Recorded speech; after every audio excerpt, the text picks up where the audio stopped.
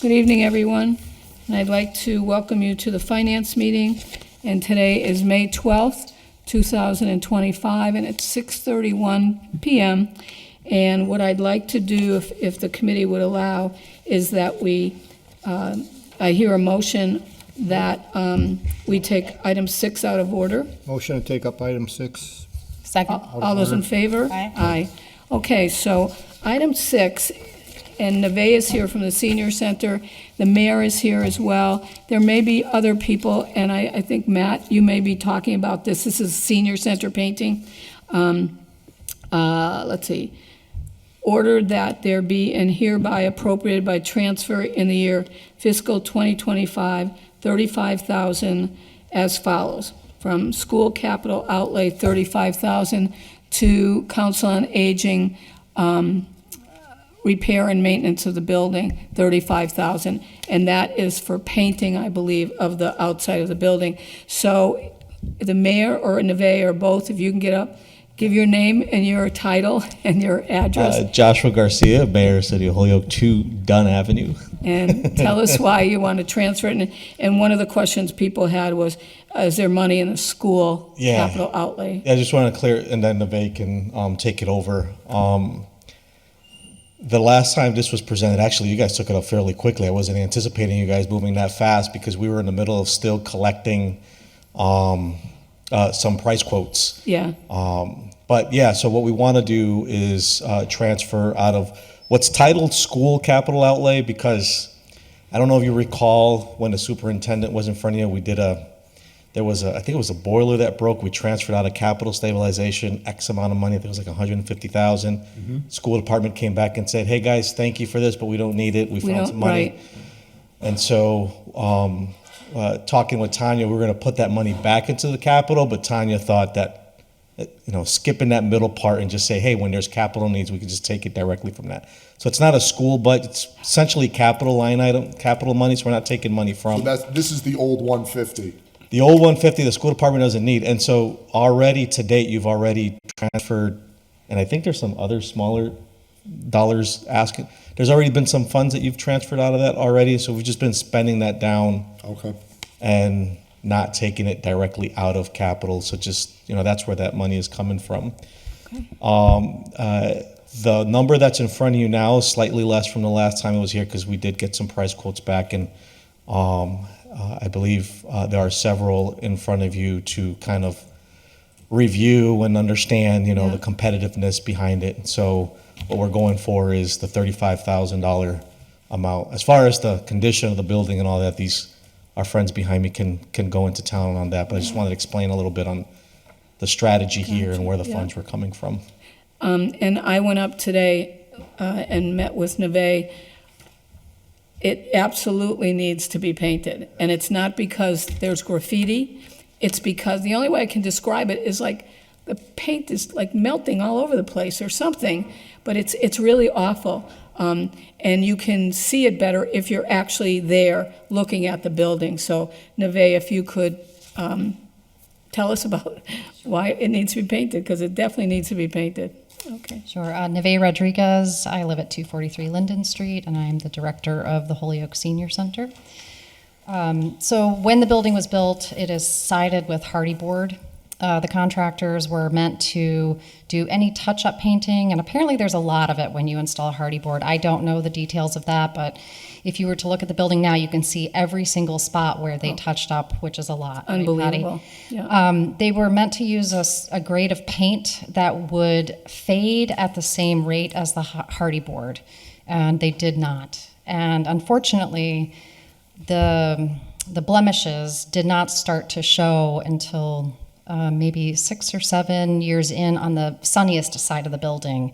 And gradually, as we are now approaching almost 13 years of being in that building, you can see it on all sides. Okay. But it's blotchy, and trying to touch up is unfortunately not going to be sufficient. You agree, Oh, Bobby? yeah, I agree. Absolutely. Absolutely. Councilor Givner? Thank you, Madam Chair. So I'm happy to hear it wasn't graffiti. No. I'm also happy to get the clarification, because I think the last time we voted on this, it was because we were worried about taking money away from the schools when we know that so much so many funds have been unavailable moving forward for the schools. So, I mean, I'm happy to vote for this transfer, just knowing that it wasn't taking away from the schools. I just thought, you know, if there's things going on, that takes precedence over the beautification of a building. So I just wanted to share that. Thanks. And I see Counselor Graney online, and I don't mean to put you on the spot, Howie, but you are there a lot at the senior center, so the next time you go up, I think you'll be able to, Neve can certainly point out what she pointed out to me, and it's really obvious how bad it needs the painting, so just to let you know that. Madam Chair, Yes, Madam Chair, if I may, yes, go ahead. it absolutely needs the painting. I'm in full support of this. This is one of our newer buildings. It is a showcase in Holyoke, and we don't want it to be neglected. We don't want it to turn into a mess like some of our other buildings. So please, this is a transfer that's absolutely necessary. So I fully support it, and I urge the Finance Committee to support it as well. Thank you. Thank you. Counselor Jordan? Neve, we have had a lot of graffiti on the Sargent Street side. I mean, it's pretty obvious. Anybody can just drive by. But question, is there any additive or anything we can put on that side in these areas where we have had graffiti of people spray painting on the building to make it more resistant to future? Like, you know, it would be, what a shame. We spend $35,000, paint the building, and then some jokester goes and spells his name on the side of the building, as we have had in the past. So I guess my question is there some precaution we can take? Is it there we should put, like, on that side? Is there a certain type of high gloss type paint that they could use that would be better to use with a graffiti removal machine? I just want that to be taken into consideration. Or is there maybe clear plastic in the certain most obvious areas that could be screwed in, like, you know, big sheets, almost like a piece of fiber like a Lexan or something on those areas that are the most, maybe in the lowest 8 to 10 feet of the building on that side where we've had this problem, so that it could be theoretically screwed off, cleaned, and put back, or, you know, I don't know if we could just address that.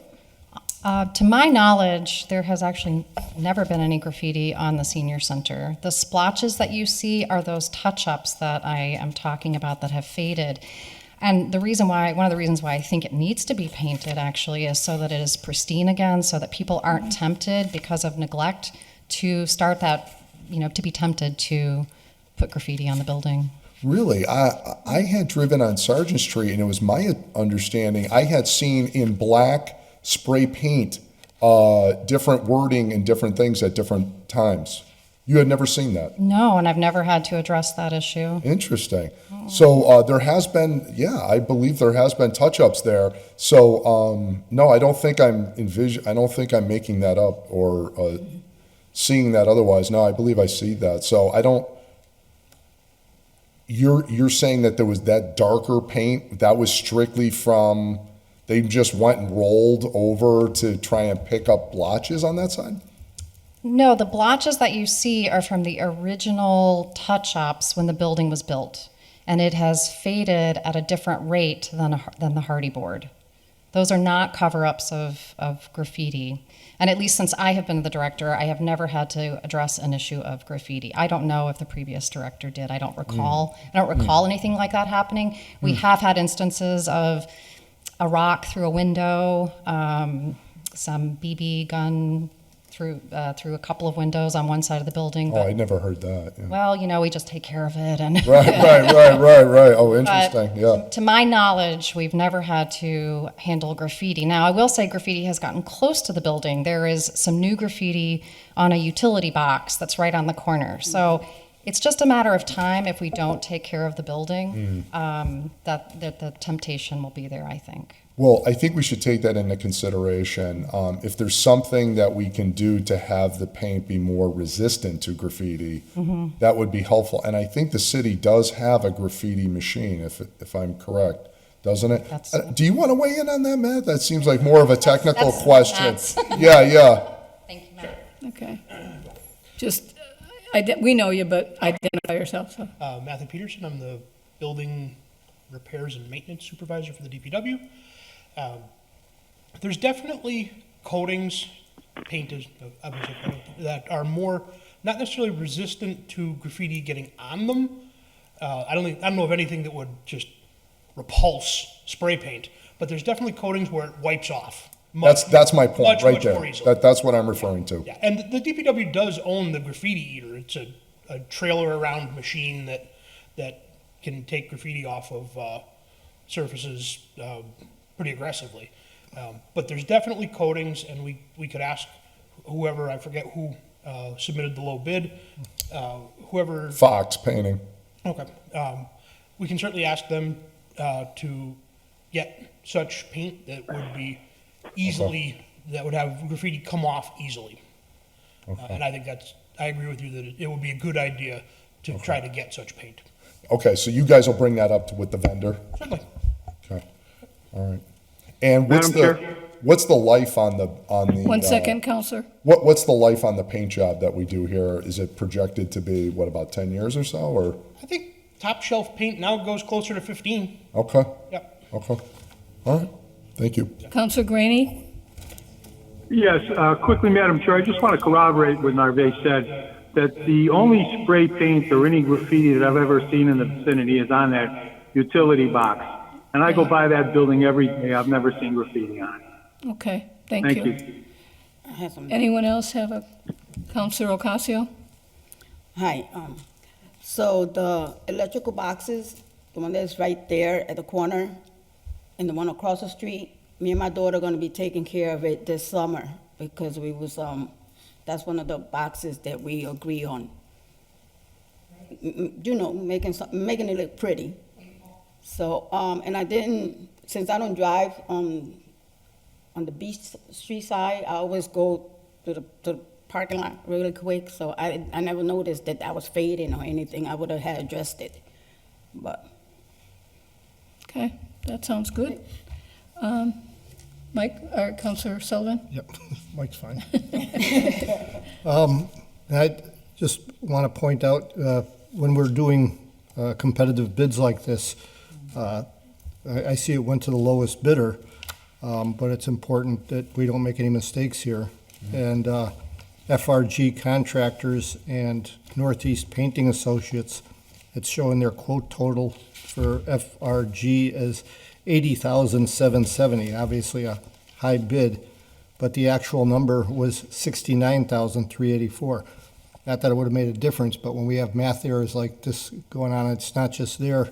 Northeast Painting also had a bid, what's published is $55,450, and their actual quote was $46,500. So we gotta, this is no reflection on the senior center, but when we're doing competitive bid, we gotta make sure that we're comparing the right figures that are being submitted by the companies, and that's not what's on these sheets. Okay. Okay. Do I hear a motion to approve the transfer? So moved. Okay. Yeah, money's there, let's do it. All those in favor? Aye. There you go. Thank you, everybody. Thank you. Yep, take care. Okay. And make a proposal for item number 1, the minutes of the April 28th meeting. So moved. Anybody have any questions or concerns? Just, I think it's a Scribner's error, or I hope it is, because I think it on is. page 3, Counselor Sullivan made a motion to lay on the table, and Counselor Sullivan seconded the motion, which even I think violates Robert's Rules of Orders. Yeah, I'd say that wasn't a, so I'm not sure who seconded it, but maybe Jeffrey can find out, but that's the only concern, unless somebody else saw something. So do I hear a motion to accept the, Approve the minutes with that the correction. change? Yeah, Second. that corrections. All those in favor? Aye. Aye. Okay, so now we'll get to the gist of the meeting. Motion to take up item 2. 2 is ordered that there be and hereby appropriated by transfer in the fiscal year 2025, $27,000 as follows. From firefighters, $27,000, to overtime, 20,000, arson overtime, 1,000, hazmat overtime, 6,000, for a total of 27,000. And we have Chief Katalevitz here. So Chief, I know I saw you. Good evening. There you go. So what we're doing is we're transferring, we still have 98,000 in our overtime account for the three and a half pay periods that are still left. We just want to move 20,000 over just in case we have a spike or an incident that we needed to cover. The arson overtime's got about $200 left in it, so we just want to move this in case we have it. Usually, like I said, if we don't have an incident that needs investigating, they won't use it, but we just want it there in case there's an incident where we need to do some investigating. And the hazmat overtime, I know we moved money last time. We're still learning with what it's going to be for the 4 members on the team. And also, they've combined District 4 and 5, which is the Berkshires, with our area now. So we tend to have we've seen a couple more incidents as of late. Questions? No questions? Can I have a motion then? Motion to approve the transfer? All those in favor? Aye. Okay, Chief, that's one. Item, Okay. proposal to take up item 3. Second. Order that there be and hereby appropriated by transfer in the fiscal year 2025, $10,946 as follows. From Fire Captain, $10,946.34 to Deputy Fire Chief, $22,1495, Fire Lieutenant, $8,476.42, and Assistant Superintendent of Fire Alarms, $254.97, for a total of $10,946.34. So move we take it off the table for discussion. Chief?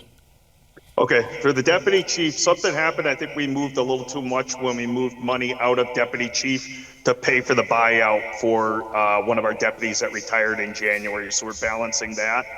The fire lieutenant, we had a captain that was demoted not last January, but the January before. And so we were running a lieutenant heavy, but we had still budget. So we're actually moving the money from where the person was budgeted in the captain line to the lieutenant line. And then something, we were balancing out the budget for end of year. Notice we were $254 short in the assistant superintendent of fire alarm line. Okay. And you have a vacant captain? Counselor Jordan? What was your Right question? now we're I'm just running wondering why at- there's an 11,000 surplus. Is it a vacant captain, you said? Yeah, is there a vacant There- captain, or how come there's so much extra in the Yeah. fire captain? Counselor, yes, because the captain who was demoted wasn't pulling his pay from captain, he was pulling it from lieutenant. I see. So we had to move that difference down to make up for it. Oh, I see. Okay, that makes sense. Thank you. So is there an empty captain's position? No, not right now. Okay, all right. It's just that they moved that pay from where he was to the other line. Okay, So now we got one more lieutenant and one less captain, I guess. okay, Yeah. all right. Going forward, though, we're going to see a little more of movement into the lieutenant and captain lines moving around. We got a ruling out of civil service that if we have a vacancy for more than 60 days, we need to make temps. So we're probably going to see a little more movement, whether it be out of firefighter or lieutenant, kind of in between the lines like this, to keep us in compliance with civil service. Okay. Any other questions? No, motion to approve. Motion to approve and seconded. All those in favor? Aye. Oh, I'm sorry, Counselor Givner has a question? No. Oh, I thought you just said I you just did. said aye. Okay, so that's been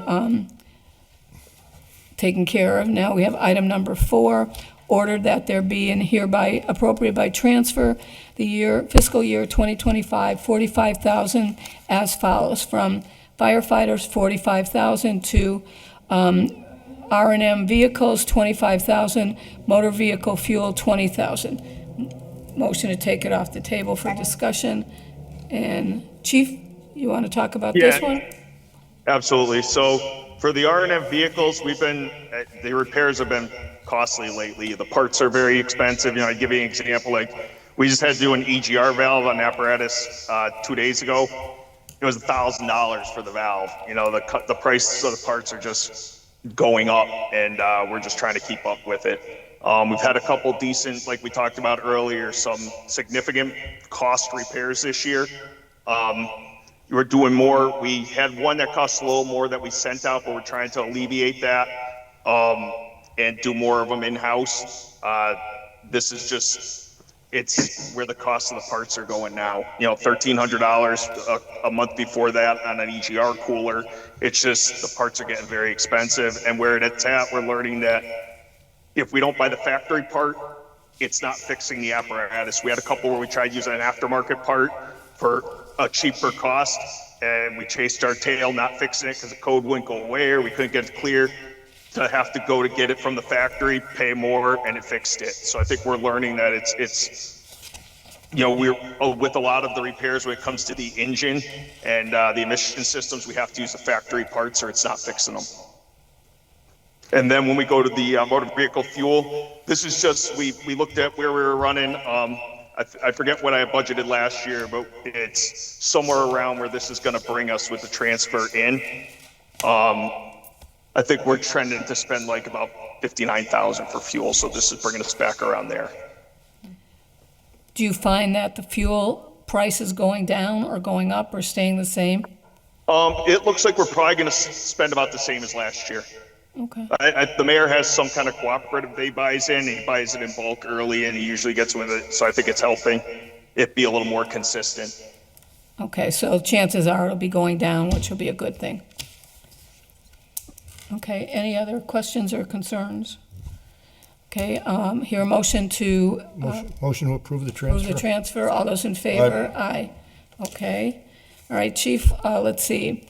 Order that in accordance with Mass General Law, Chapter 44, Section 53A, the City Council hereby accepts the provisions of the FY 2025 Firefighter Safety Equipment Grant Program Round 2, $11,660 no match grant, and authorizes the establishment of funds. So you can tell us a little bit about that. Looks like it's part 2 of something. Yeah, so this is a great opportunity. It was a grant that was funded through a 5-year period, this being the last fiscal year of the grant. So there was some funds left after the first round, so the fire marshal decided to do a second round to expend all the funds. This has given us an opportunity. We're buying 3 more of the electronic vehicle disconnect plugs. So basically what it does when you plug this in, it fools the vehicle to think it's charging, and it kills power until the whole vehicle can't move. There's no power going anywhere else at that point. That'll give us 1 per frontline apparatus, brings a total of 6 because we got 3 with the last round. And then with the rest of it, we're going to be replacing some SCBA masks, which is a self-contained breathing apparatus mask. We have had some, they get damaged, they get worn. So it's given us opportunity to replace some of those without us having to do it out of our own budget. And we're buying some helmets and some boots and some gloves with it. So it's basically personal protective equipment. Okay. I have one question. Councilor Jordan? Yeah, Chief, could you explain the electric vehicle emergency plug a little bit more? Where would that go, and why do we need Sure. that? So what it is, Counselor, is it comes with multiple adapters, so it can do Tesla, it can do Ford, it can do whatever. And what it does, it tricks it into thinking that you plug it into where you would plug the charging cord into, and it tricks the vehicle into thinking that it's being charged.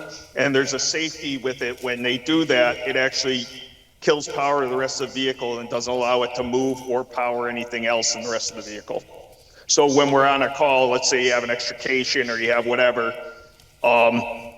there's no power running through it. So when you're starting to cut the pillars and stuff or pop the doors, you're not going to, accidentally get electrocuted. And also the biggest thing is it keeps it from moving too. So sometimes these will move on you. It keeps it from moving and reduce the risk of it running one of our own people over. Wow. Oh, interesting. Welcome to the future. And Mike, did you have a question? Anybody else? Motion to accept the grant? All those in favor? Aye. So moved. Chief, I think that's Thank it. you, Counselors. Okay, thank you. Thank you. I appreciate it. Have a good evening. Yeah, that's next, DPW. Mayor, are you here for a specific one at all? Okay, so the next one is item number 7, ordered that there be and hereby appropriated by transfer in fiscal year 2025, $5,652.60 as follows. Capital outlay to repair and maintenance City Hall, $5,652.60. Matt, did you want to say anything, or Yes, so just make sure that mic's on, okay? Yeah. How's it? So I believe there's two more items there of R&M for City Hall. The 5,062 and change, that is to replace a circuit breaker panel, an obsolete Federal Pacific panel that's down in the sub-basement. It presents a problem when some of the cooling units come on, and it's tripping circuit breakers in that panel. Now, Federal Pacific is an extinct brand. Their products presented problems decades ago, and so I'm not sure if they were already out of business then, or if they went out of business because of that. I had hoped some other company was now making circuit breakers that could be used to replace individual breakers in a Federal Pacific panel. But nobody wants to do that because the panels are known to be problematic. So there is no replacement breaker available. There's no new old stock breakers that would be available that I know of, and we wouldn't want to do that anyway because they're fire hazards. They don't trip like they should. So I got a quote some time ago to replace that entire panel with a brand new panel, all brand new circuit breakers. I waited through the winter in case an emergency heat repair needed the money. And then in the end, we ended up spending the money as part of buying the new fire alarm, which is the other item, I believe, in your agenda. So that $5,060 and change is to replace a problem circuit breaker panel in the building. Okay. Questions? Motion to approve. All those in favor? Aye. Okay. Motion to take up item number 8. Is ordered that there be and hereby is appropriated by transfer in the fiscal year 2025, $29,425 as follows. From school capital outlay, $27,546.90 and capital stabilization, $1,878.10 to repair and maintenance City Hall, $29,425. Motion to take this off the table. Second. All those, Matt, go ahead. So that is for the new fire alarm system that's already been installed. The old fire alarm system failed. I had to get a few smoke detectors replaced, and Johnson Controls replaced a few smoke detectors, but then as they were testing those, I was informed that the old Simplex fire alarm panel failed. And that was the opportunity to go from a very proprietary fire alarm system to one that is very non-proprietary, much more easily maintained, less expensively maintained. So the decision got made to go from using a Simplex brand system to, I believe it's Honeywell, so that future expenses will be less. We will not be beholden to Simplex and their sister company, Johnson Controls, for the remainder of the lifetime of this fire alarm system. Okay. Questions? Motion to approve. Madam Chair? All those, go ahead, Counselor Graney. Yeah, just quickly, I wanted to ask Matt, is there any possibility that there's any grant money out there to recoup some of these funds because these seem like safety issues? That I don't know. There certainly could be. DPW does have a grant person. I could ask her, Mira, if she knows of any grants that are available. I just don't know. That's. Okay. Okay, thank you. Maybe you could check with the person anyways. I can certainly ask them. Never any harm in that. Yeah. Mayor Garcia? Because of the emergency nature, this is the one that we already done and repaired. Yes. So the repair was done. Otherwise, the chief was gonna make us do a 24/7 fire watch until it got replaced. Yeah. But the work has been done. There could be grants as far as timing and already spent, like it probably wouldn't be aligned at this time, but Okay. Okay. You have a question, or? No, I would just make a suggestion also that Josh and I have had this conversation multiple times. This is one of the showcase historic buildings in Hoyoke. Maybe we should be putting in more applications through CPA and CDBG also for some of this kind of work. So, That certainly could be, and I'll try to remember that for the future. Yeah. I was saying this was not a planned project. It's broken, and yeah, it was very reactive. I'm sorry. Yeah. It was very reactive. I was initially told that we needed to have this 24-hour-a-day, 7-day-a-week fire watch until we could get the system replaced. So we were quite under the gun to just get it done. Madam Chair, Yes, go ahead, Counselor Graney.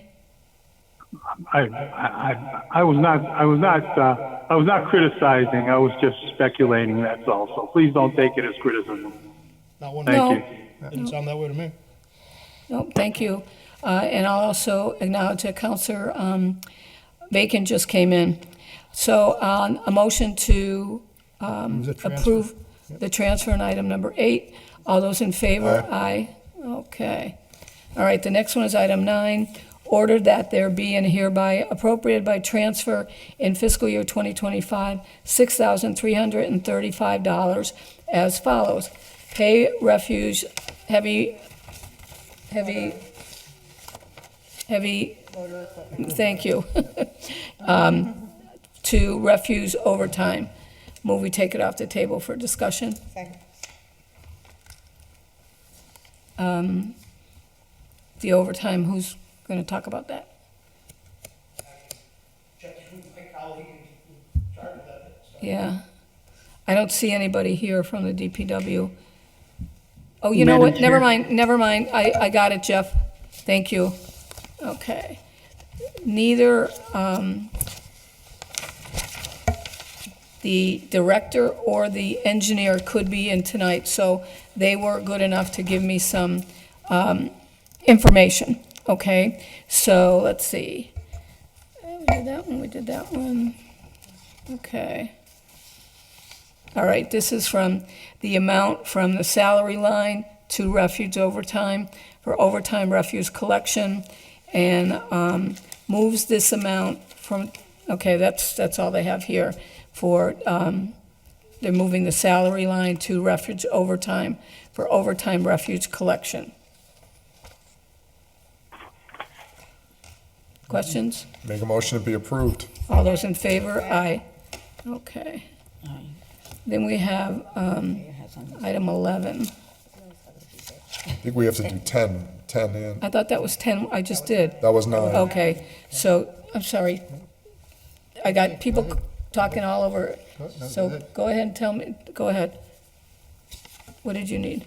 I was going to suggest, I'll ask Josh if he's got time, we could do 3 of these since he's here right now also. Okay, Motion to take up items 10, 11, and 12 as a package. okay. And I have, what I have is from the department head that, all it says is the salary to refuge overtime. Then the next one for item 11 is for overtime forestry work. And then item 12, okay, this is, I wish I should have did it this way. Okay, contracted forestry services for, from the tree climber salary line to contracted forestry services. And what did we take, 10, 11, 12? Yep, And, that's my motion. Do those okay, as a yeah, that's package. fine. And then item 12 is for the engineer, so let me read those off here. Okay, so that's item 9. Okay. Item 10, right? Yep, correct. Ordered that there be and hereby appropriated by transfer fiscal year 2025, $3,066.54 from tree climber to forestry overtime, $3,066.54. And it says moves the amount from tree climber salary line to forestry overtime for overtime forestry work. Yep. Any questions? Nope. And then item 11. Okay, and then item 11, ordered that there be and hereby appropriated by transfer fiscal 2025, $45,525.58 as files from tree climber to contracted forestry services for $45,525.58. And what this says is moves above amount from tree climber salary to contracted forestry services to allow additional contracted forestry services. Okay, that'll set there. Yep. And then item 12 is ordered that there be and hereby is appropriated by transfer in fiscal 2025 from senior civil engineer 20,000 to professional engineering services 20,000. And the note I have moves above amount from senior civil engineer salary line to professional engineering services to allow continued contracted engineering services given the vacant senior civil engineering position. So anybody have any questions? One thing I will do I have a is, question on 12. that's what I was going to tell you. On 12, I will reach out to the department head and ask for another briefing, because we already had that, and there was quite a lot that she was doing. So that's what I will do as well, and get that answer for you before the next full city council meeting. Madam Chair. Councilor Bacon? Thank you. I'll ask my annual question. Since we're transferring all the money out of tree climber, what are we doing with that $250,000 truck we bought I can't 4 hear you. years ago? Is your, Yeah? okay, there you go. Is that better? Yeah. Yeah, so we had bought that truck to do our own tree work, and since then, we haven't had staff to put on the truck. And I'd like to know what we are doing with the truck. I've heard that occasionally it's used by the fire department, but that was an awful lot of money to spend to have a truck sitting idle. So I'm just wondering, I can't tell you the answer to that because both the engineer and the director were not able to be here tonight. All right. Had I known that was a question you were going to ask, I would have asked that question, so. well, maybe we can find out between now and our city council meeting. Okay, if you could email that to Jeffrey, Sure, your request, then I can take care of that from there, all right. okay? Counselor Sullivan and then Counselor Jordan. Yes, I would have just a question for the mayor. If we're looking to transfer 45,000, maybe we could get a update. The council requested 200,000 for tree removal out of ARPA funds. Have you made any decision on that yet, or? Yeah, no decisions. We haven't even got to. We've been just so focused on getting ready for tomorrow and preparing a proposed budget. As far as ARPA is concerned, no decisions have been made. Those positions, the tree climber positions, it's been a little complicated getting bodies into those roles, which is why funds are being put over to contracted services. I think in the proposed budget, we're also proposing to we are not putting any money in the tree climber position, putting more money in the contracted line. We're hoping to work on some sort of restructuring or redeploying plan for DPW going into the new fiscal year, which is going to, take time. But yeah, using alternative revenue sources, for example, ARPA, I haven't gotten to that yet. Okay? Yep. Counselor Jordan? Yeah, Mayor, I had made a request, I think it was myself and Councilor McGrath Smith, the top 100 most dangerous trees, if we could have some sort of inventory done. We're paying out all these different monies for tree service, all rightly so.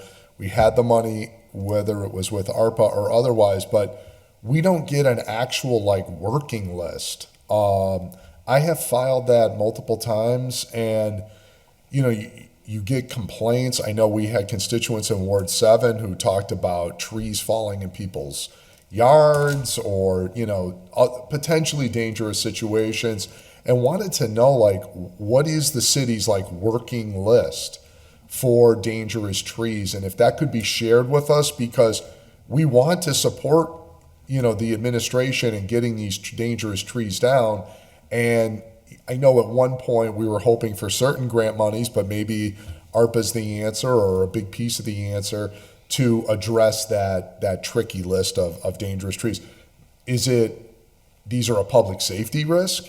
And maybe we should take a couple $100,000 out of stabilization to take out, dangerous trees. I mean, when we have public safety issues like that, I think they warrant really serious attention of the city.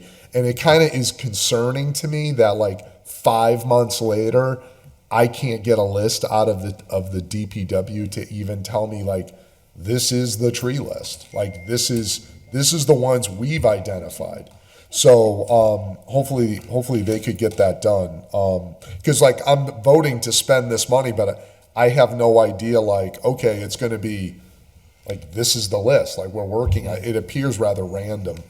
The other thing I wanted to ask you about on the engineer question was the $20,000 for professional engineering. So if I understood correctly, we were using the outside services before we had Matt. But now that we have Mr. Sokop back, which is great, are we still using the outside services in the same amount of thing? Like, where can you kind of chart us, like, where we're going with this? Excuse me So for that- interrupting. yes, on the- That's also the list that we originally got, maybe a month or so ago, that Matt and Victoria were working on, and it was a pretty long list. I'm going to find out if that's been shortened at all, but go ahead. Yeah. You mean the tree list? Not the tree list, that I'm going to find out. You mean the engineering list? Yes. Gotcha. Yeah. Okay. I'll look into that top 100 list, see if one exists, and Yeah. we should have some sort of tree plan. As far as the engineer, so we have Victoria, the outside engineer, focused on, before she was doing everything, we were throwing a lot at her. Currently, she's taking the lead on the TIP-related infrastructure projects, so like the Center City Connector, which is you guys are going to have a hearing coming up soon, I think. Race to Cabot, all the way to the Willimantic Bridge, that's off the MassDOT Transportation Improvement Program. There's a couple of other, we have the Rotary project, the Roundabout project on Beach, West Franklin, Resnick area, the High and Maple project. These, she's focused, laser on those, where the federal funds come into the state, and then there's these regional MPOs, mayors come together, and we decide how to split the money. So she's, we got her really, like, they're very complex and time consuming. Okay. So by her focusing on that allows Matt to do other things. So, Okay. but yeah, you're right. Before she was doing, Pretty much she was a everything. city engineer. She Right, we had right, one. right. We had a part-time DPW director, and I say that jokingly. But now that Matt's in there, and we have her focus on like three or four specific things. Okay. Has her cost overall for services gone down? I don't know. That's a good question. I didn't do like an analysis on it yet. Okay.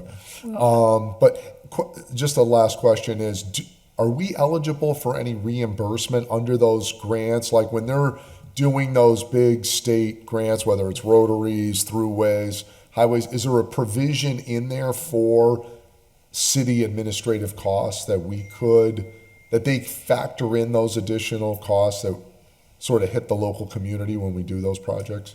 I can't say for sure. I want to say no. Okay. But don't quote me on that. Okay. Okay. So it's just sort of, that's like our local contribution to getting. Pretty much. I mean, these are, $8 million, $10 million Yeah. Very important. projects, yeah. No, But like I said, I'm not an expert in the back end admin things on it, but maybe I want to say I don't think so. Okay. Because you know those resources are limited, and you know the state and federal government want these focused on. But you know what we do use. What I can say for sure is they do supplement or use Chapter 90 monies. Okay. To help with some of that. So there are some reimbursements via Chapter 90, depending on eligibility, that the engineer has talked about offsetting costs. And that's reimbursement. Got it. I Thank you. see, before I call on Counselor Givner, I see Attorney Bissonette's hand up. Attorney, go ahead. Thanks, Madam Chair. I just wanted to echo what the mayor said.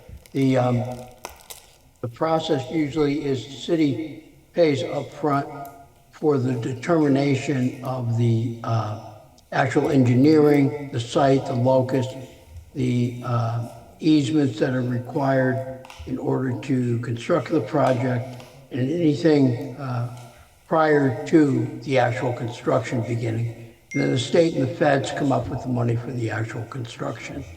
So there's a lot of admin costs built in already, but Chapter 90 cannot be used for direct reimbursements for salaries. So we may try to squeeze some of the work that Victoria has been done, and she's been excellent. We may try to squeeze some of that into a Chapter 90 reimbursement. That's right. As this year finishes up. So the Chapter 90 wouldn't necessarily cover Matt Sokop's salary, but because Victoria is a contracted vendor engineer, we can use Chapter 90 to pay for that. Okay. Counselor Bacon. Thanks. Through the chair to Mayor Garcia.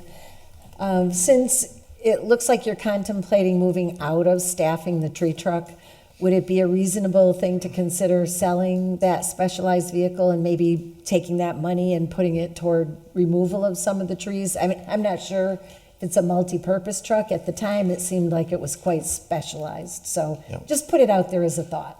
Yeah, no, I share that frustration too. Yeah, it's like depreciating. Temporarily moving away from staffing because the way it exists currently, we're not making it competitive enough. There is a systematic approach, kind of like how I'm hoping that, kind of like how we're doing the municipal finance structural changes. I'm hoping to work with the council going into the new fiscal year, trying to figure out how to restructure the DPW to make it work better. And that some of that's going to include negotiating with the union because that's where we get hung up with the tree climber position specifically. Mm-hmm.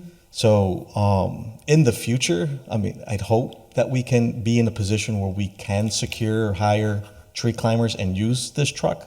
Mm-hmm. But, obviously the alternative is if we're not and we can't, then why do we have this thing? Because it's been like 3 or 4 years. Getting rid of it. Yeah. So in the future, when we say who will be staffing the vehicle when it comes in for a big capital expense, everybody will understand why. Yeah, we can ask. You didn't John, ask too. that question. Currently, I know that the truck does get used, but we're talking about very minimal. Yeah. Nowhere to the extent you would hope. Okay, thanks. Counselor Ocasio, you had a question? It's a question for the mayor. How dangerous are these trees that are out there that are sick? I'm gonna put this, because a lot of people are asking, because they already know that the virus in these trees are happening, and there's concern because kids are touching the trees and climbing the trees and, a little bit of everything. So as far as a health issue for the kids and everybody, people that have asthma also, they encounter allergies and everything else. There is a list. I think there should be a list. I know Yoni and in the past, the not too distant past, there was an effort to assess the trees along the city and do an inventory and the conditions and whatnot. There are 3 areas of town that have a row of the trees that you're referring to, which are called the ash borer trees. those were the trees that were along Main Street that got cut down. A lot of them got treated and allowed the lifespan to prolong a little bit. South Summer Street and West Franklin Street are the three main arteries with a row of these ash trees. And the current state and condition, yeah, we'd have to bring both Yoni and John Tuig in here to educate us on where we are, what do we need to worry about, what can we plan for. When we did the idea was, let's do the Main Street trees, save the trees that we can, take down the ones that we can't, and replace them with healthier trees, and then kind of work our way down, going to South Summer and then the West Franklin trees. But as far as a list of top dangerous trees that need immediate attention, we can, let me push that envelope a little bit and find out where that is so that we can be educated on what the situation is as far as trees is concerned. And what was that's not another question. Why didn't you guys cut down the trees inside South Holyoke with the dangerous trees instead of Main Street? To me, I think because there's a lot of residents in South Holyoke, I think you guys should attack inside South Holyoke and not Main Street, because there's a lot of residents that can be getting sick and we don't even know it. I think we should have our team here to discuss, because I don't want to put out there any assumptions that the South Holyoke trees are dangerous and they should have been knocked down and these didn't get knocked down. And if we can get like Yoni, particularly, who is very knowledgeable in the tree situation in town, that can better inform us on what the situation is, so that way we can, do the appropriate actions and accountability necessary to get the thing, get what it is we're trying to achieve done. Thank you. Okay, maybe somebody can file an order on that, if you want to do that, so that we can And I have did send an Yoni email and- already to Yoni and Tuig and everybody to say, hey, this is coming, let's get it ready. Okay, and Jeffrey, the director of the DPW, I'm not sure if she's on vacation or not, but if you could check with her to see if there is a list of the most dangerous trees that have already been done.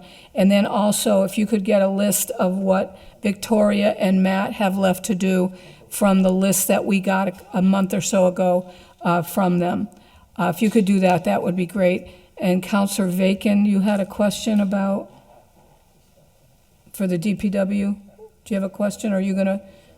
I'll follow up with Jeffrey. Okay, fine. Send him an email. Okay. You want something? I had a question. Go ahead, Counselor Givner.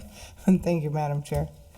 So I thought that we had $1 million grant, which we had intended to use to work on this tree issue in South Holyoke, but that was clawed back. So I feel like, if I'm not mistaken, Yoni had gotten this big grant, and it's just no longer at our disposal because it's just not hitting the city anymore. Am I incorrect on that?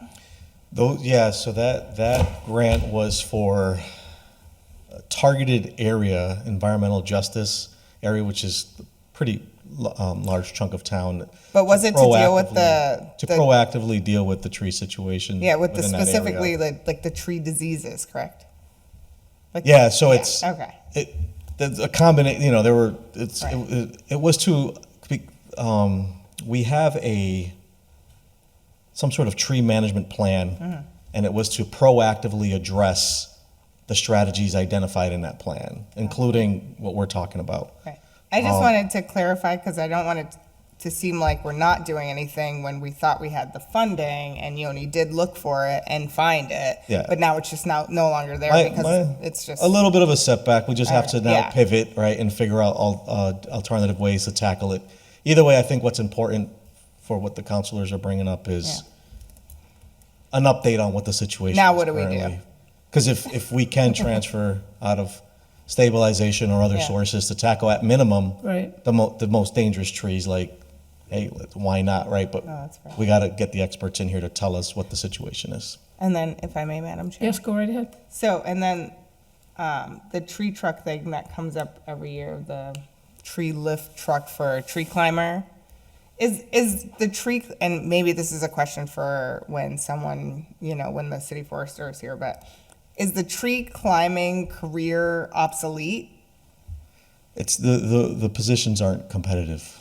So we can't afford a tree climber. We can't go above what we're allowed to go based on the. Because I feel like it comes up every year. We pay for this truck. We can't afford to pay somebody to use the truck, and I just think that's something to think about. Like if we don't have the funding for that, maybe it does make sense to sell it and always contract it out. I mean, but it comes up all the time. It's a valid argument, but like, why do we have this truck if we can't use it? And if we have this truck, why don't we hire somebody to use it? So, what's cheaper? Paying somebody more to function in this truck, or selling the truck and contracting services out? Like, I'm surprised that we haven't figured out the comparison of what is cheaper, because it seems like having our own tree person or tree climber would be cheaper since we already have the truck. But it seems like we're never willing to pay that person enough to actually keep them in the city. So there's the interim short-term objective we're trying to get through to achieve our long-term goals when it comes to these positions. And it's not necessarily coming down to money, it's the structural barriers that exist that don't allow us to pay the amount of money. So we're talking about provisions in the union contract. Yeah. So that's why I say, like, at the DPW, like, for example, I know there's been talks about the forestry position and parks and rec, and the city engineer being the assistant DPW superintendent, whether or not that's a good idea. There's the building maintenance supervisor. There's asset manager position that I guess exists per the charter that we've never, I don't know what the history is behind that. So systematically, we want to look at like the situation that exists and what is it that we need to do to move things around so that things are operating better and much smoother and achieving the effectiveness we're looking for. And that includes, whether if it's an ordinance, Schedule A change, if it's a charter change, if it's a union contract negotiation issue. So those tree climber positions, we can only budget to the extent we're allowed to give per the contract. Until the contract changes, my hands are tied. We have gotten, so the alternative is we have to outsource, right? Because we need to get the job done. So we do that on the interim, on the short term, in the hopes that we can make these systematic changes. And once those changes are done, then perhaps we can put in a much more competitive wage to get bodies in those positions. And if that doesn't work, then yes, we continue to outsource until, you know what I mean? So it's a little bit of a game there, but whatever the strategy is, we need to take care of the most dangerous trees. Yeah. We have to be more proactive in just tree management, period. And again, going back to the tree climber doing the same position, who's maintaining our parks, it becomes a matter of his time. And so we have to untangle those knots. I call them knots. So, by redeploying the system there a little bit, we might be able to, achieve the goals that we're looking to achieve. And if we can't, outsource, sell the truck, and we just keep moving forward. Thank you. Madam Chair. Councilor Jordan. Yeah, thanks.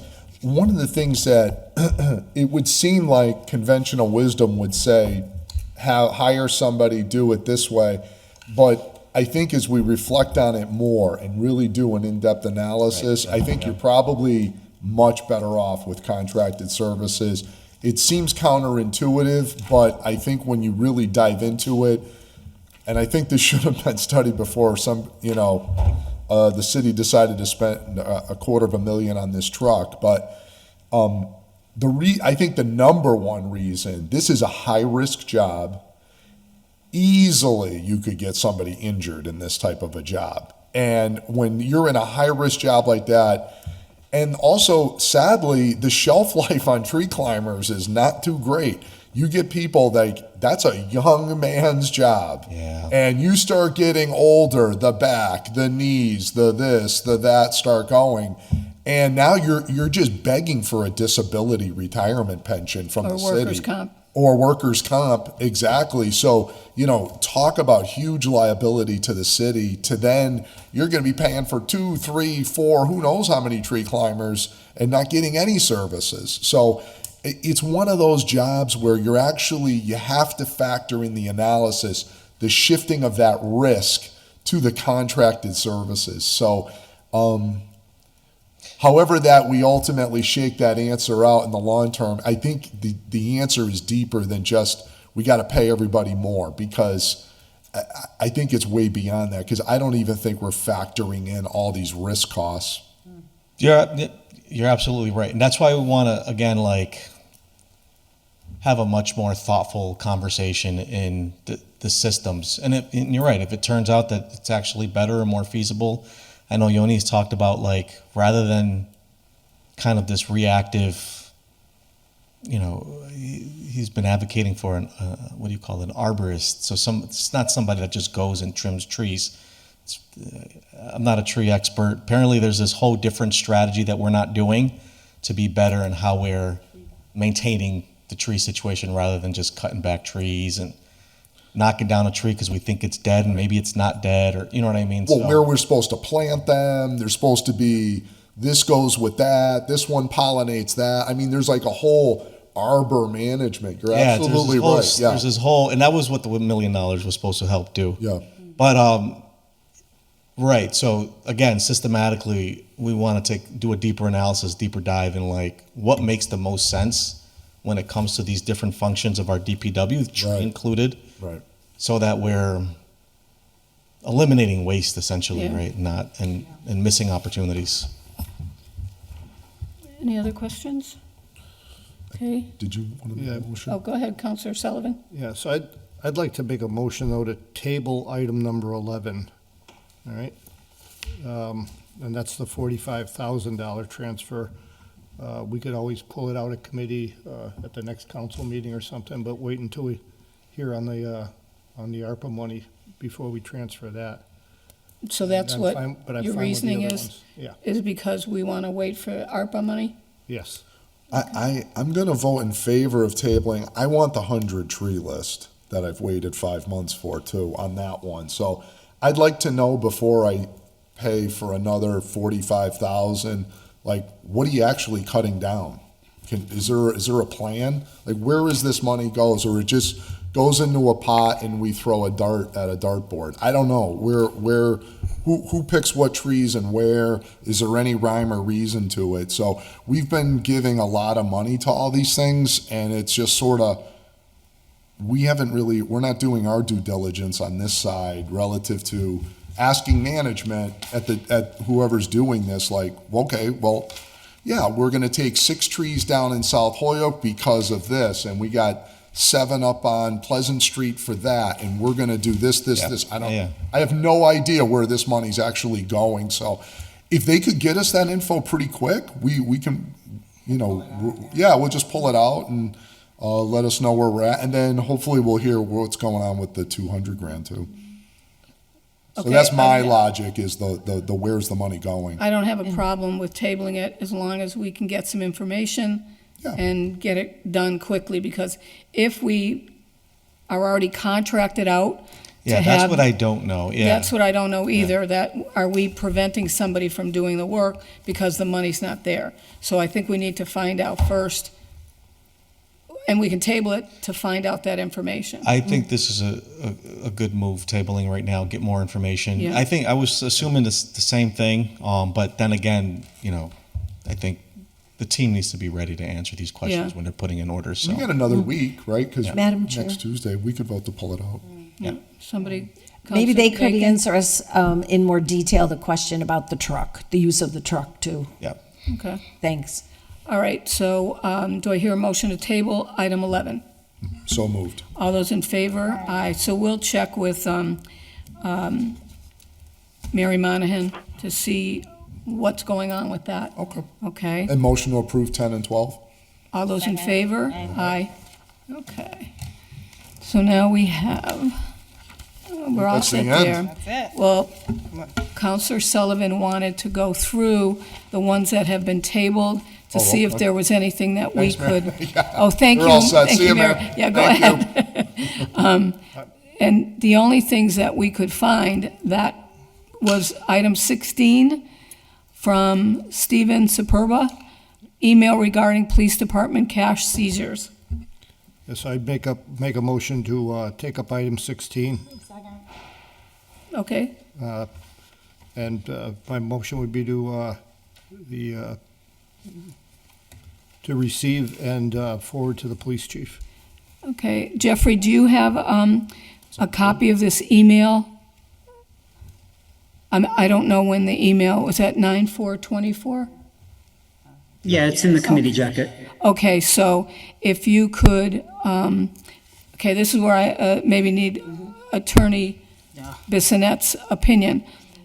It was sent to Finance from 9/4/24, and it's an email regarding the police department cash seizures.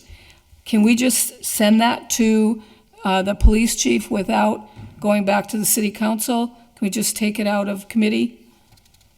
I don't have a problem with it, I just want to make sure we're doing the Oh, right no, I thing. think we should send it back to the council and the And council then- vote to, Okay, that's what I want to find out. but that's our committee recommendation, Right, is okay. that it be Sent back to city received council. and send a copy to the police chief, yeah. That would be our committee. Okay, so receive and send to city council, and the city council will If they see if they approve it to send it to the Police police chief, chief. correct. How does that sound? Yeah. All those in favor? Aye. Opposed? Okay, so that's what we'll do with that one. The rest of them, we couldn't find anything that we could take up unless you guys can see something. I mean, number 17, and number 18, I would like to just take those out, receive and adopt. I'm begging for that Vernon Street traffic light at Vernon and Maine to please be put through. We've adopted it a few times. I mean, What is there now? What's there now? Yeah. Okay, this is what's there now, okay? 2 stop signs, right? And a little pole thing with a cement thing, and both stop signs are facing Vernon. So they're not facing. They're not facing Main Street, okay. To tell anybody to stop, so, and to be Any honest- lights or anything? No, they just took it out of somewhere, probably the trash, as far as I'm concerned, and Okay. put it there, just so people can stop, asking Okay. about it, but it's not reasonable anymore, it's just a safety hazard, it was another serious accident there. we just had another, accident recently, a few weeks back also there, and. That guy got messed up bad, too. Yeah. He flew off the thing. Madam But, Chair? 1 second, Counselor. So, I'm sorry, go ahead.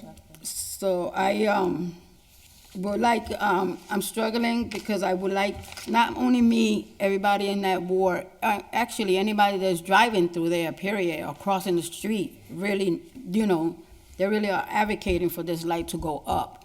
When this light was there before, it wasn't that many accidents, and people can somewhat, get across the street safely, especially with the kids. They just zooming through there. Me and City Council Jardine, we were standing there in a corner, and a car just almost ran us over. Yeah, came right over the That's how curb. dangerous it is. And then the little girl that got hurt also, on her way to school. So, I mean, it's sad that, you can take money, from the city to do other things, but this that shows and proves all the accidents and the young girl that they got hurt there, they're not saying anything, they're not moving anything, they're not even, to me, they're not even making an effort, because I've been on this since I became city council. Okay, Counselor Givner and then Counselor Graney. Thank you, Madam Chair. I think these are all important issues. There's a lot of petitions throughout the city to petition for stoplights, stop signs, speed humps. They're all in very high traffic problem areas where people see, atrocious things happen, unfortunately, regularly. What I'm finding is always the funding. When we put these things forward, we need to find funding and earmark, find funding somewhere and really come to the table and say, hey, there's this money right here. We're seeing it transferred around. There's this money right here. How do we figure out how to take this money and use it for this? Because the people of that neighborhood have asked for it. they've petitioned for it, they've requested it. But also, when it comes to any kind of traffic things, a traffic study is required and funding. So how do we figure out, and I'm just putting it out there as part of the solution. It's not as easy as saying we need this here and the people there want it. I wish it was that easy, because then a lot more things would happen throughout the city. It's also about who wants this here, have we scheduled the traffic study, have we funded the traffic study, and have we funded the repairs or the implementation? Because it has to be a full package deal. It's not enough that a neighborhood wants this thing or another neighbor, because throughout the city, people want things everywhere, and they've petitioned for them, and they've gotten the signatures, and they're all waiting. I think we all hear from people who want things in their neighborhoods, who have done everything they thought they needed to do to get it done. So I think that is something that we really need to put our heads together on and figure out how to address, because this is not, unfortunately, this is the norm, and it shouldn't be. Counselor Graney, then Counselor Jordan, and I just wanted to mention one thing. If we're going to do items 17 and 18, that it was complied with, I do think we need to also send a copy to the alarm division, because it's the alarm division that takes care of traffic lights. And maybe they can figure out, maybe they have an extra one laying down the station or something that they can put up. So I would ask that a copy be sent to the alarm division too. Counselor Graney. Just briefly, for many, many years, there was a stoplight at that particular intersection. To make a plea for this particular area, that street, Main Street, is one of the main thoroughfares into the city of Hoyoke, and it includes numerous tractor trailers and different types of vehicles that are coming into the city, which makes this area really critical for some kind of traffic light to be in that particular area. As far as a traffic study, if there was a traffic light there for many, many years, I'm sure that it was necessary, and there had to be traffic studies to put it there to begin with. So I would think that we should make this a priority, because it is one of the major routes into the inner city, and it's used very heavily. Thank you. And I was also going to say that this is a replacement. Right. So it's not a new one, a brand new one where they would do a traffic study. It is a replacement. Counselor Jordan. Well, that's exactly right, Counselor Devine. And to add, the point here is agree with everything Counselor Givner said. If this was new and we find new issues, absolutely, we should be thoroughly vetted, processed, funding, all this good stuff. Here, many moons ago, 15, 20 years at least, this traffic light, public neighborhood meetings, lots of discussion went in about why the Vernon at Main light should go in. The neighbors all wanted it in Springdale because it's the one real street you can actually get out, because if you go through the back, those neighborhoods connect, so at least they have one spot they can definitely get out when the traffic is really crazy. They're really, really upset that they've lost their traffic light, so now you just hope there's a break in the traffic on Main Street, you can get out. So there's that issue. Or you can cross over to use Springdale. Correct, exactly. For pedestrians or people that want to enjoy the park and you're crossing from the neighborhood over, you had an actual traffic light there. So everyone's living happily along for 20 years, and then some crazy drunk driver comes by and takes out the light in 2022, and here we are. So it's just logic gone. Why isn't it going back? And I'm hearing these arguments about, well, when this went in 20 years ago, this is the way we did the lights, and there was this, and now it basically was the prior engineer, quite frankly, in my opinion, this is going to be my opinion on this, is prior engineer made a decision that they really don't think the light is that important, and said, well, you could do this, we could do raised crosswalks, you could do da-da-da-da-da, and we don't want to spend the money, and yeah, you had this light, but to do the way I would want it done, you're going to need to spend $250,000, $300,000, instead of just putting what was there, the pole back up and the light. Maybe it would cost 40 grand, 50 grand, whatever it is, just to put back what we had. And that's all we've asked, but it's turned into this big 3-year odyssey that's totally unnecessary, and it's wildly dangerous. And there's just accidents all the time there. It's actually this massive runway street, as you all know, but at this one centrifugal spot, the traffic actually converges with each other because of the two bends in the road, which makes it even that much more dangerous. So the two people coming head on don't actually even see each other. And like I said, literally when we were standing there, we had cars going, this crazy car comes speeding around, goes over the sidewalk. I'm like, that's nuts. And so anyways, I don't know at this point if it's the true answer is 250 or if it's 50, whatever. Just put this traffic light back. And if we need to spend what we need to spend to do that, so these people can live in peace and we can not have another person seriously injured. I think a child was seriously injured there at one point too. Let's just do this. So I would like to kindly see these two orders just adopted, sent to the mayor DPW. There is a request, and by the way, the council did adopt the ordinance changes, asking for the law department to do what they can do to pursue drunk drivers, pursue people, going after their auto insurance, suing them in court. They should be paying for all this damage to city property.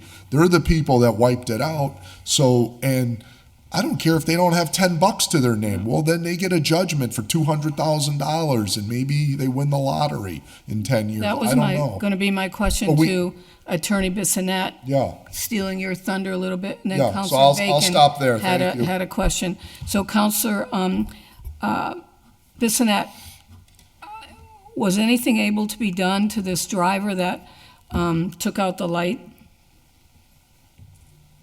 I'd have to look into that. Okay. I'm not aware of the accident, but let me raise the point that Main Street, I think, is on the tip list for future reconstruction.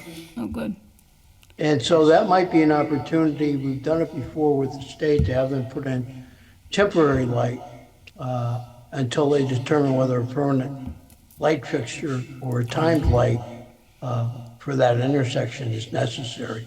Great. I think they have to do what are called warrants to determine traffic impacts, but seems to me if the light was there before, it should be back there now. Okay. Yeah. If you could check that out, I'll follow up. Attorney, and let us know before our next city council meeting, but we're going to at least have this one be complied with. And Councilor Bacon, you had a question or a concern? Thank you. I just wanted to chime in support of asking the mayor and DPW or the alarm division and legal to do whatever they can to get this traffic light put in. If you recall, I think it took me 6 years to get a traffic light put in the most dangerous unsignalized intersection in the city, up at Appermont and 202. And so it's extremely difficult to put in a new anything these days. Yeah. But this is truly a unique situation where it had already gone through all that challenging process, and it is definitely a safety issue, so I hope we can find some money to rectify it. Thank you. So I would say we need a motion to Have that it it was adopted and referred. that it was adopted, referred to the law department, referred to the alarm division, referred to the mayor and DPW. Yes. All those. Oh, I'm all in favor of that. You know what? It just occurred to me too is I say that. All those in favor say aye. I apologize. That's okay. Yeah, I'm Go all in favor of that. But I wanted to just thinking too. I'll have to mention this to Jeff Trask because I remember. Do you recall a few years back we used one of our grants to buy an emergency traffic light that in the event they had a traffic light taken out that or something or they needed it for a special spot. They actually have one it's a portable one. Yeah. Could check with him. I'll mention that too. All right. Okay. All those in favor of that? Aye. Say aye. Okay. We couldn't find anything else unless you guys see something else too. I think 27, I think we did receive 27. Oh, yeah, yeah. this is the CPA, Community Preservation Fund financial status. I think we have received updates on that. Okay. So 27 be complied with? Yep. 26 can be just received too. And That's all 26 set. could be, okay, we'll go with 26 first to make a motion that that be received, and that's from City Councilor Kevin Jordan, article regarding the Holyoke Historic Bank. All those in favor? Aye. And then item 27 from City Auditor Tanya, Community Preservation Fund financial status, Department of Revenue, CP2 form, and year-to-date fund. It's- All those in, Motion complied. motion that that's been complied with. All those in favor? Aye. Okay. I don't. We have a bunch of stuff on that off-duty blue. Do you plan? I on already talked to Tessa. She wants to wait. Wait. Okay. Yeah. All right. Till, I guess she's going to talk to the mayor. Okay. Maybe we'll get an answer on 29 Because we tomorrow. got a bunch of orders on that Yeah. topic. And maybe we'll know why tomorrow. Oh, you mean with the mayor's budget? Item 29, we might know about free cash. And item 28, we're really, nothing we can do at this point on 28. So Yep. we gave it a good try to get rid of some of this stuff, but it's still Okay. tabled, but that's good. So, We got a few. yeah. All right. Anything else? No. Motion to adjourn. All those in favor? Aye. Thank you, everybody. Yeah, have a good night. Yeah, you too. Good night, everybody. Good night, everybody. Thank you, Jeff. Thank you, interpreters. Thank you, Holyoke Media. Thank you, Attorney Bissonette. Thank you for the pen. You can have it.